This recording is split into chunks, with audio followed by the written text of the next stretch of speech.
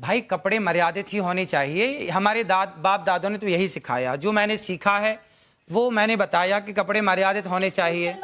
पर लोगों को सूट सलवार और साड़ी मर्यादित कपड़े होते हैं, नहीं वो जिसमें ढका हो। अनिरुद्धाचार्य जी सीरियल का हवाला दे रहे हैं। उन्होंने बबीता भाभी के बारे में भी बोला कि जेठालाल बबीता भाभी की तरफ आकर्षित क्यों होता है, ये भी आपने बताया था एक जगह। अगर आप कह रहे हैं ना कपड़े ढके हो तो मेरे को तो हिजाब पहन लेना चाहिए, उस हिसाब से हिजाब पहनने की जरूरत नहीं है। वो तो सबसे ढका हुआ होता है। आपने अच्छे कपड़े पहने। नहीं, महत्वपूर्ण सवाल है। कोई औरत अगर चली जाए, मैं मर्यादित हूँ, लेकिन आपको मेरा बैकग्राउंड नहीं पता। क्या पता मैं रात को पार्टी करती हूँ, क्या पता मैं शराब पीती हूँ, क्या पता मैं घूमती हूँ, घर ले जाती हूँ। हाँ मैं पीती हूँ। बहुत अच्छा। तो मेरे कपड़ों से आप मेरे कैरेक्टर को जज नहीं कर सकते। तो आपने शराबियों से बात करने बिठा दिया मेरे को आज। नहीं, बात असल में ये है। शराब, एक मिनट, आप अपनी भाषा का मर्यादा रखें। आप अपनी भाषा का मर्यादा रखें। शराब पीने वाला शराबी नहीं होता। पहले आपको एक बात ये भी मैं मानवी जी बताता हूँ क्या करते थे शिव जी, क्या करते थे? एक बात मैं आपको बताता हूँ। नहीं, एक सेकंड। बहुत सारे लोग जो एडिक्ट थे, मानवी जी आप इसकी तारीफ करेंगी शायद, आप इस बात की शायद प्रशंसा करेंगी कि अनिरुद्धाचार्य जी के आह्वान पर बहुत सारे लोग जो एडिक्ट थे, शराब के चक्कर में उन्होंने घर बार बेच दिया था, बच्चे उनके सड़कों पर आ गए थे, उनके आह्वान पर उन लोगों ने शराब छोड़कर, नशा छोड़कर, तंबाकू छोड़कर और अब अध्यात्म की राह पकड़ी है। क्या ये बात स्वागत योग्य है मानवी जी? कहीं ना क्या ये बात स्वागत योग्य है? आप लोग क्या कहते हैं? अगर स्वागत योग्य है तो इस पर ताली बजनी चाहिए। क्या मानवी जी, लेकिन एक बात मैं समझना चाह रहा हूं, क्या समाज को मर्यादित रहने के लिए कहना और ये कहना कि आप ठीक लाइन पर चलें, आप ठीक तरीके से रहें, दूसरों से ठीक व्यवहार करें, क्या ये गलत करते हैं अनिरुद्धाचार्य? देखिए, मैं अब जैसे इन्होंने ये मेरे पे बोला तो मैं भी कुछ बोलना चाहती हूँ, उसका जवाब इनसे लेंगे कि कई बाबाओं के धोखाधड़ी के अंदाज भी है कुछ निराले। कोई धर्म के नाम पे ठगे तो कोई क्रिमिनल चार्जेस में फंसे, कोई रेप में पेरोल पाए तो किसी को अननेचुरल सेक्सी भाए। अब इस पे क्या बोलना चाहेंगे? आप जनता फॉलो करती है आपको, तो भगवान ना करे कुछ और निकल आए तो उस पर आप क्या कहेंगे?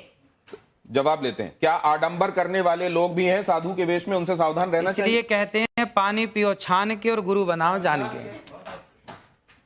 नहीं, तो आप एक सेकंड, ये जो ऑडियंस यहाँ बैठी हुई वो भी कुछ कहना चाह रही है। हाँ, जल्दी से बात कहिए, जल्दी से। गुरुजी राधे राधे। मैं 2016 में, मेरा परिवार, मेरी एक बेटी है, एक लड़का है, तो पूरा परिवार बीमार रहता था। डॉक्टर को इतना पैसा दे दिया, इतना दे दिया, तो मेरा अच्छा मकान है, सब कुछ है।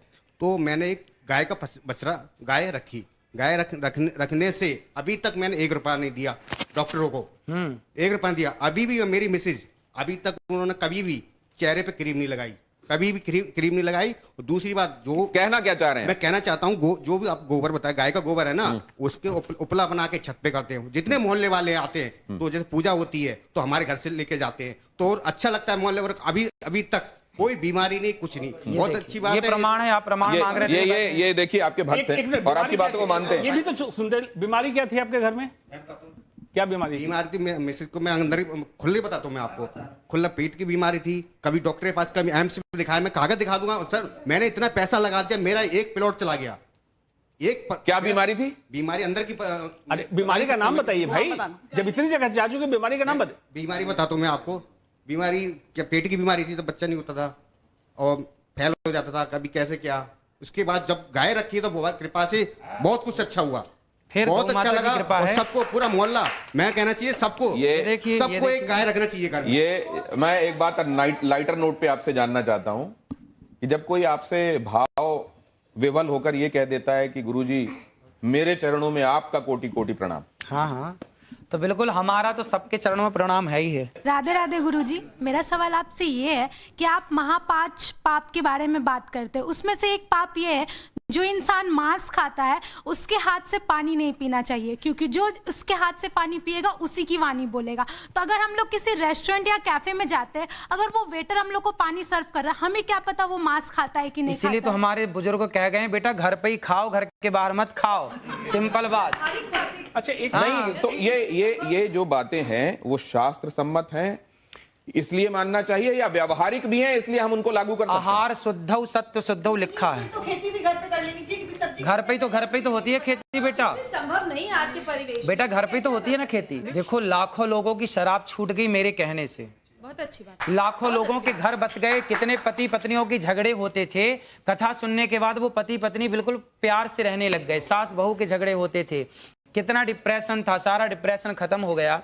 और आज आपको बताऊं कि गौरी गोपाल गुरुकुल में 150 बच्चे पढ़ते हैं। जो बच्चे असमर्थ हैं, माँ बाप जिनको पढ़ा नहीं सकते, किसी की माँ नहीं है, किसी का पिता नहीं है, ऐसे 150 बच्चे वहाँ रहना, खाना, पढ़ना, लिखना सब फ्री है। बच्चियां भी हैं। एक बात 150 बच्चे पढ़ते हैं। आपको देखता हूँ कि आप गायों के पैर दबा रहे होते हैं और वो बड़े स्नेह से आपको चाट रही होती हैं, वो भी दुलार रही होती हैं। आप मैंने देखा वृद्धाओं को, माता है, 285 वृद्ध माएं हैं जिनके बच्चे, ये वृद्ध माएं, इनके बारे में बताएंगे किस किस सोशियो इकोनॉमिक कैटेगरी से आती हैं? आपने एक बात कही थी, गौरी गोपाल गुरु आश्रम में एक वृद्ध माँ है जिनका बेटा अमेरिका में आंखों का बहुत बड़ा डॉक्टर है और वहां उसका हॉस्पिटल है। रहने वाला भारत का है पर अमेरिका शिफ्ट हो गया, उसने एक हॉस्पिटल बनाया आंखों का। और विडंबना देखिए कि उसकी माँ गौरी गोपाल में रहती है और उस माँ को भी संयोग से आंखों की दिक्कत है। तो अभी मैंने उन माँ का इलाज कराया और अभी उन माँ की आंखें अब ठीक है, थोड़ा मोतियाबिंद हुआ था, कुछ दिक्कत हुई थी, अब ठीक है। आप कई बातों को गानों के माध्यम से लोगों तक पहुंचा देते हैं और कई बार ऐसे गाने जो लोगों के बीच में बड़े प्रचलित और पॉपुलर रहे हैं, वो फिल्मी भी रहे हैं, आप गुनगुना देते हैं। कुछ ऐसा इनके लिए जरा आप कर देंगे? बड़ी देर से आपकी राह सब देख रहे थे, आपको आने में थोड़ा सा टाइम भी लगा। कौन सा गाना सुना दें आप जो सुनाते हो और जिसमें कोई मैसेज हो? इतनी कृपा सांवरे बनाए रखना, इतनी कृपा सांवरे बनाए रखना, मरते दम तक सेवा में लगाए रखना, इतनी कृपा सांवरे बनाए रखना, मरते दम तक सेवा में लगाए रखना, कृपा। ये तो आपने सांवरे के लिए लिखा हुआ भजन, वो जो देशज में लिखा हुआ है वो सुनाया। कोई फिल्मी सुना दीजिए, आप फिल्मी भी सुनाते हैं बहुत। कसमें वादे प्यार वफा सब बातें हैं बातों का क्या, कसमें वादे प्यार वफा सब बातें हैं बातों का क्या।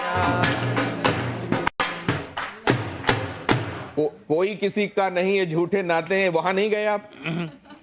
कोई किसी का नहीं ये झूठे नाते हैं, नातों का क्या, कसमें वादे प्यार वफा सब बातें हैं बातों का क्या।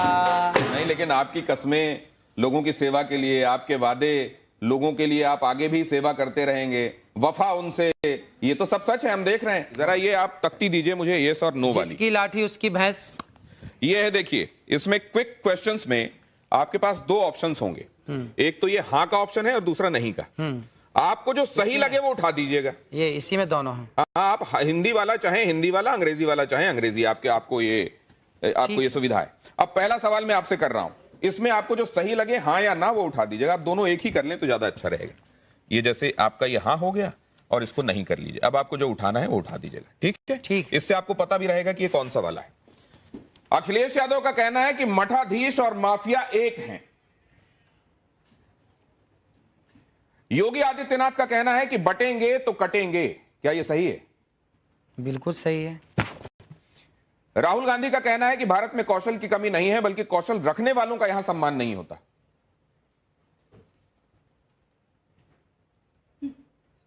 कौशल रखने वालों का सम्मान नहीं होता। भारत में कौशल की कमी नहीं है, बल्कि कौशल रखने वालों का यहां सम्मान मतलब नहीं होता। भारत में योग्यता, टैलेंट की कमी नहीं है, पर टैलेंट वालों का सम्मान नहीं होता। ये बात सही है। क्या देश में जाति आधारित आरक्षण, क्या देश में जाति आधारित आरक्षण खत्म होना चाहिए या नहीं होना चाहिए? जातिगत आरक्षण, भाई ऐसा है कि जो गरीब हैं, जो वास्तविक में गरीब है, चाहे कोई भी हो, सबको आप हाँ या ना में जवाब दे सकते हैं। इसमें जातिगत आरक्षण खत्म होना चाहिए या नहीं होना चाहिए? अनिरुद्धाचार्य जी कह रहे हैं जातिगत आरक्षण खत्म होना चाहिए। वक्फ बोर्ड की मनमानी पर सरकारी लगाम जरूरी है या नहीं है? वक्फ बोर्ड की मनमानी पर सरकारी लगाम जरूरी है या नहीं है? हाँ है। क्या मुस्लिम सोची समझी रणनीति के तहत अपनी आबादी बढ़ा रहे हैं? हाँ, ऐसा हो रहा है। नरेंद्र मोदी के खिलाफ लगातार बयानबाजी होती है।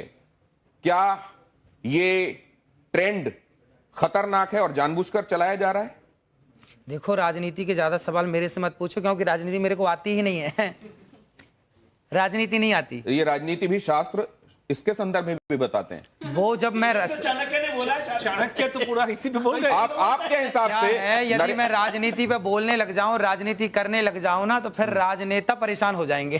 तो आप इस बारे में क्या कहते हैं? क्या इसलिए नरेंद्र मैं मोदी के चाहता खिलाफ हूं कि अभी टिप्पणियां मैं- जानबूझकर होती हैं? अभी मैं कथा करूं। अच्छा, ठीक और है। आपके प्रश्न का क्या आप वायरल होने के लिए विवादित बयान देते हैं, यस या नो? ना भैया ना। आपने हाँ उठा दिया था धोखे से। क्या स्त्रियों की मानहानि साक्षात लक्ष्मी और सरस्वती की मानहानि है? हाँ, स्त्रियों की मानहानि नहीं होनी चाहिए। मानहानि नहीं होनी चाहिए। आप आखिरी सवाल जरा मुझसे यह भी बता दीजिए कि कंट्रोवर्सी से अनचाहे भी आपको फायदा होता है फॉलोअर्स बढ़ाने में या नहीं होता है? हाँ या ना? देखो, हम लोग फॉलोवर्स बढ़ाने के पीछे नहीं भागते, हम अपना काम करते हैं। अब देखिए, गौरी गोपाल आश्रम में हमारे को काम है माओ के पांव दबाना।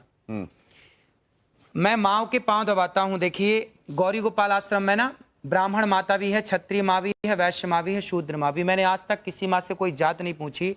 जो जातवाद की दीवार है, उस दीवार को गिराने का जो मैंने प्रयास किया है, वो समाज को मानना चाहिए। और सभी माओ के मैंने चरण दबाए हैं एक साथ, और सभी माएँ वहां सुखपूर्वक रहती हैं। तो मैं तो सेवक हूं, मैं तो पांव दबाना जानता हूं माओ के, माओ का सम्मान करना जानता हूं, नारी की इज्जत करना जानता हूं। और नारी की इज्जत इसलिए करता हूं क्योंकि नारी साक्षात लक्ष्मी है। अनिरुद्धाचार्य जी के फॉलोअर्स में महिलाओं की भी बड़ी तादाद है। अगर आप देखें, खासतौर से सोशल मीडिया फॉलोअर्स को अगर आप देखें, तो महिलाएं बड़ी तादाद में उसमें हैं। तो एक निवेदन ये भी, महाराज, आप वैसे शास्त्रों का अपने हिसाब से विश्लेषण करने के लिए आप उसके विशेषज्ञ हैं, लेकिन इस तरीके की बातें जो असल में शास्त्र कह रहे हैं, लेकिन व्यवहार में उसका बहुत आप पर रिपरकशन होता है, हो सकता है। क्या आप आने वाले दिनों में उससे गुरेज करेंगे या आपका काम यथावत चलता रहेगा? देखिए, हम तो सीधी बात कहते हैं, अच्छी लगे तो अच्छी है, बुरी लगे तो बुरी है। क्या करें, सीधी बात कहने की आदत है। अब जो सीधी बात कहेंगे तो बुरा लगता है कुछ लोगों को। सीधी बात हम कहते रहेंगे, जिसको अच्छा लगता है। नो बकवास, ये तो आपने ऐड भी कर दिया असल में किसी का अनजाने। सीधी ये, लेकिन उन्होंने एक वादा किया आज कि आने वाले दिनों में विषय विशेषज्ञों को, जो सब्जेक्ट के एक्सपर्ट होंगे, उनको जरूर अपने साथ बिठाएंगे।